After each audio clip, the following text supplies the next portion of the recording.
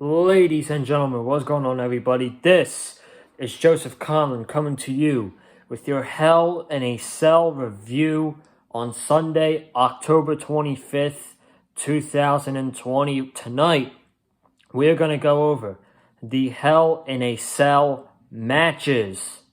Yes, keyword, matches. I am just reviewing the Hell in a Cell matches on this show tonight. I thought the show overall was good. I thought it was a good show. I had originally tweeted out it was a very good show, but the main event brung it down a couple notches, and we will get to the main event of Randy Orton and Drew McIntyre and why I don't understand why they had to main event this show. But the other two cell matches, as we will get to, were both fantastic. The first one especially. I cannot wait to talk about that. And then the other stuff on the show is just like those throwaway stuff that you would see on Monday Night Raw or SmackDown. We saw Elias versus Jeff Hardy that ended in a DQ, so I guess that feud's continuing. The Miz defeated Otis for the Money in the Bank briefcase after Otis's former friend, Tucker, clobbed him over the head with the Money in the Bank briefcase. And we saw Bobby Lashley defend the United States Championship against Slapjack of Retribution as the burial for Retribution continues in the WWE. So I just got that out of the way. And we might as well just get started with the cell matches right now, so that we're not here for a while. But make sure you guys go check out my AEW Dynamite review from this past Wednesday and my Bound for Glory review from last night as well, which got over 100 views. So thank you for that. And make sure you guys are hitting that subscribe button. Very important you hit that subscribe button. I'm trying to get 250 subs before Full Gear pay-per-view. That is my goal. So if we get to 250 before Full Gear, I would appreciate that. But let's talk about the cell matches. The show started off shockingly with Roman Reigns and Jey Uso for the Universal Championship. Now, this match was absolutely amazing. This was amazing. I loved it. The match was very good. The storytelling at the end was amazing. You had that Jey Uso got his time where he hit a couple Uso splashes and got a couple chair shots in on Roman Reigns. And then Roman Reigns had some offense. And then Roman Reigns, this is where things got above in the next level. Like next level, very good. This is where it got very, very good. Roman Reigns locked in the guillotine on Jey Uso, and he made Jey Uso Jey Uso pass out. The official asked Uso if he wanted to quit. He said no. Roman Reigns got pissed off. He looked like he was about to cry, did Roman Reigns. And he said, all you have to do is say I quit. Back at Clash of Champions, all you had to do was acknowledge me as the tribal chief, and none of this would happen. All you had to say was, I'm the tribal chief, Bruce. And he's just talking trash on Jey Uso, which I absolutely loved. He's just talking trash on him. He's got him set up at the ring apron. He hits the drive-by to Jey Uso. Uso is very unconscious. He's unconscious. So he's laying there. Roman gets the steel steps. The official's trying to talk to Jey. Do you quit, Jey? Jey, quit. Jey Uso's not quitting. So Roman sets up the steel steps right at the head of Jey Uso, and he hits another drive-by on Jey Uso. And Uso, he's literally knocked out. He is laying in the middle of the ring now. He's unconscious. They got officials coming out. Pat Buck is out. Jamie Noble is out. They're telling Roman to stop. Roman has the steel steps. He puts it over Jey Uso. He says, all you had to do was quit. And he's like crying. And then as he goes to lift up the steel steps, out comes Jimmy. Jimmy comes out and he's like, why you gotta do this, Uso? Why you gotta do this? This is family. This is Josh. As Jay's real name is Josh. He said, this is Josh right here, Uso. You're hurting your own family right here. This is Josh and John. We're family. We don't need to be doing this to each other. So Roman is sitting there. He's crying his tears out. At least he pretended he was. Roman was sitting there. He was crying. He was in tears. Jimmy offered his hand. He was like, come on, Uso. Come on, Uso. For Roman to shake his hand. Roman did shake Jimmy's hand. They brung it in for a hug. It's like, all right, it's over. It's over. We don't need to do this anymore. We're done.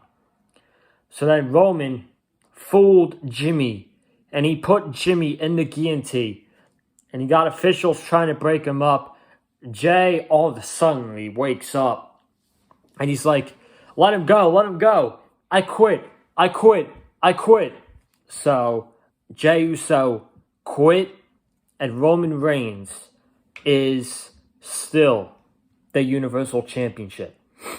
That match and the storytelling that Roman and Jey told will be one of the best stories that WWE has told in a match in years. I cannot remember a match in a very long time where I could sit here and tell you that WWE told an amazing story with Roman Reigns and Jey Uso. That was unbelievable. And Roman and Jey will go down as one of the greatest feuds, not just in WWE, but in pro wrestling in 2020. Absolutely amazing. I cannot praise it enough. That was amazing. Roman Reigns is the Universal Champion. And he's here to stay as the Universal Champion for a very long time, folks. Then later on, we had Sasha Banks versus Bayley for the SmackDown Women's Championship. I thought at the end of the night, this match should have main evented the show. There's no excuse after that main event that we saw that Sasha and Bayley did not main event Hell in a Cell tonight. Their match was very good. Their match was really good, actually. The ending, I thought, was awesome. I loved the ending. I loved the match overall. Out of all three of the Cell matches with the four horsewomen, you had Charlotte and Sasha. You had Becky and Sasha. And you had Sasha and Bayley this year. I thought Bayley and Sasha had the best women's Hell in a Cell match so far. I thought tonight was a really good Hell in a Cell match. And they're using kendo sticks, chairs, ladders, tables. Sasha gave Bayley a double knees through a table, which she used that move a lot tonight. She used the double knees through the announcer table, through the table inside the cell. Then they were at the end. Bayley was hitting Sasha with the steel chair, and Bayley was hitting Sasha with the steel chair, and she set. Excuse me. Whew. she set Sasha up on the ladder, and the ladder was attached on 2 chairs. So Bayley was at the top. She was going for an elbow with the chair, and she missed. Then she hit the bank statement. She got the chair. She wrapped the chair around Bayley's neck, yanked it back. She had the foot. Her foot was stomping on the steel chair, doing damage to Bayley's neck. Bayley tapped out, and Sasha Banks is the new SmackDown Women's Champion in a really good Hell in a Cell match. That was really good. Not my favorite Hell in a Cell match tonight. That goes to Jey Uso and Roman Reigns. But this match was really good. And Sasha is the new SmackDown Women's Champion. Now, I pray that Sasha and Bayley, Sasha has a longer reign as the SmackDown Women's Champion than, she has a longer reign as the SmackDown Women's Champion for more than 30 days. Because as we know in Sasha Banks' history, she has not held a championship for more than 30 days outside of the Women's Tag Team Championships that I'm not even going to count because that's a tag team. So as a singles champion, she hasn't held a championship for more than 30 days. And I don't think this is over by any means. I think Bayley is going to want her championship back. And I can honestly see a rematch happening at Survivor Series. I don't know, man. I have no idea, but I'm just hoping that she has a longer reign than 30 days because, as we know in history, Sasha does not have a longer reign as Women's Champion than 30 days. So, I'm really hoping for this time they give Sasha a proper reign as the SmackDown Women's Champion. But congrats to her. She put a great performance as did Bayley. The match was really good. And I honestly thought it should have main evented the show. Because we had the main event of Randy Orton and Drew McIntyre for the WWE Championship.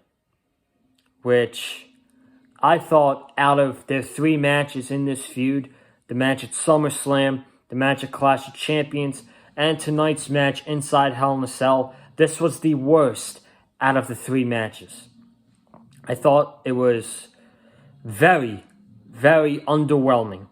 The spots were not that exciting as well. Yes, they were on top of the Hell in a Cell. They were brawling. A lot of people thought they were going to create a Mick Foley Undertaker type moment, but they did not, as they both climbed down to halfway down the cell. And we've seen the same spot over and over and over again. It's just not exciting.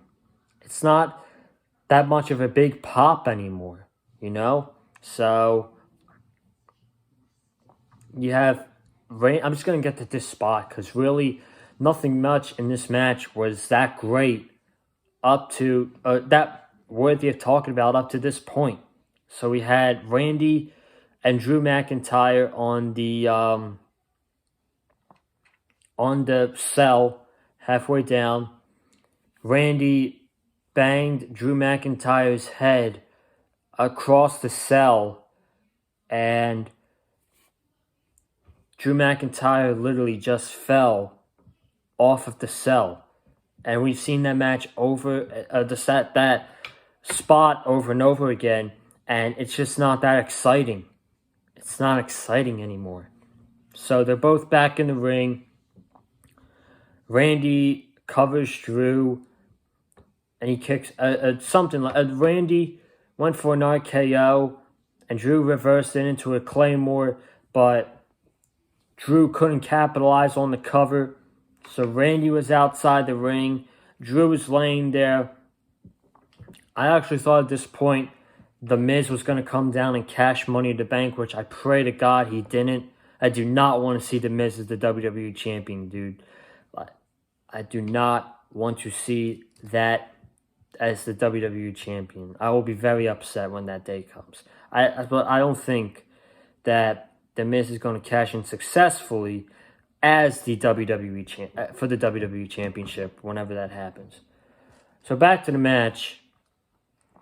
We got McIntyre setting up for another Claymore kick.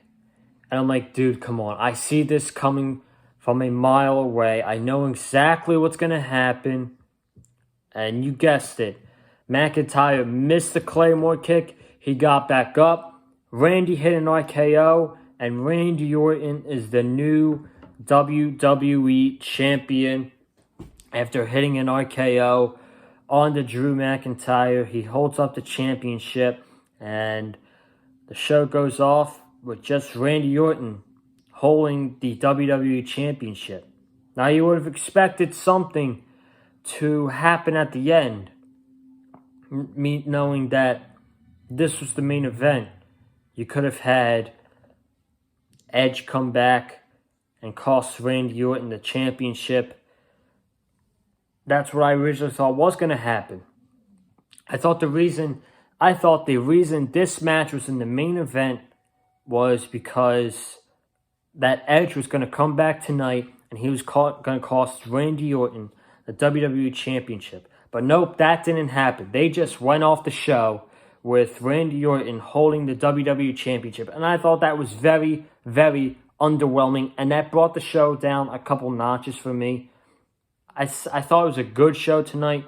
Heck, I've got to talk about this in the Roman Reigns Jey Uso match.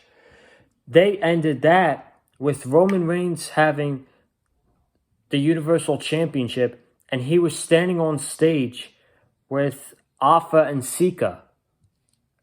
That would have been the perfect ending to Hell in a Cell, with Roman Reigns holding the Universal Championship. Alpha and Sika were there, and Roman Reigns was standing right in the middle of them. That would have been the perfect ending to this pay-per-view. But nope, it ended with Randy Orton holding the championship for a 14th time. And more than likely, folks, your WWE Championship program for 2021 from Royal Rumble all the way till WrestleMania is Randy Orton versus Edge for the WWE Championship. So I'm calling it right now. I thought with this match main eventing, Edge was going to come back tonight. That did not happen. So Edge is going to come back. He's going to make another return at the Royal Rumble like he did this year. This time, Edge is going to win the Royal Rumble, and we're going to get Edge versus Randy Orton for the WWE Championship at WrestleMania. And that wraps up the Hell in a Cell review here on the Big Fight Field channel. Overall, I thought this pay-per-view was a good show. But I'm going to wrap it up. Thank you guys for watching this review. If you have not already, make sure you subscribe to the Big Fight Field channel for a fresh new week of content. Comment down below what you thought of tonight's Hell in a Cell pay-per-view. I would love to know your thoughts down below. Hit that like button if you like what I had to say about the Hell in a Cell matches. Follow me on Twitter at Colin_Joseph. And guys, I will see you back right here tomorrow night for your Monday Night Raw review right here on the Big Fight Field channel. So have a good night and stay safe.